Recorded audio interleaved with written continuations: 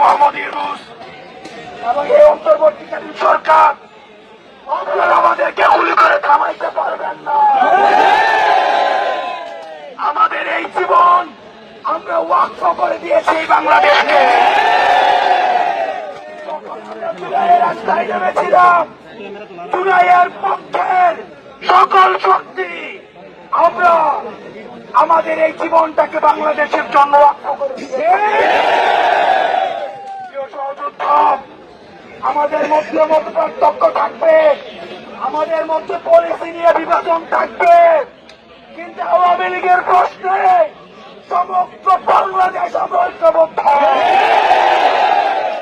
যতক্ষণ না পর্যন্ত আওয়ামী লীগকে নিষিদ্ধ করা হচ্ছে ততক্ষণ পর্যন্ত আমরা সবাই ঐক্যবদ্ধভাবে এখানে অবস্থান করবো।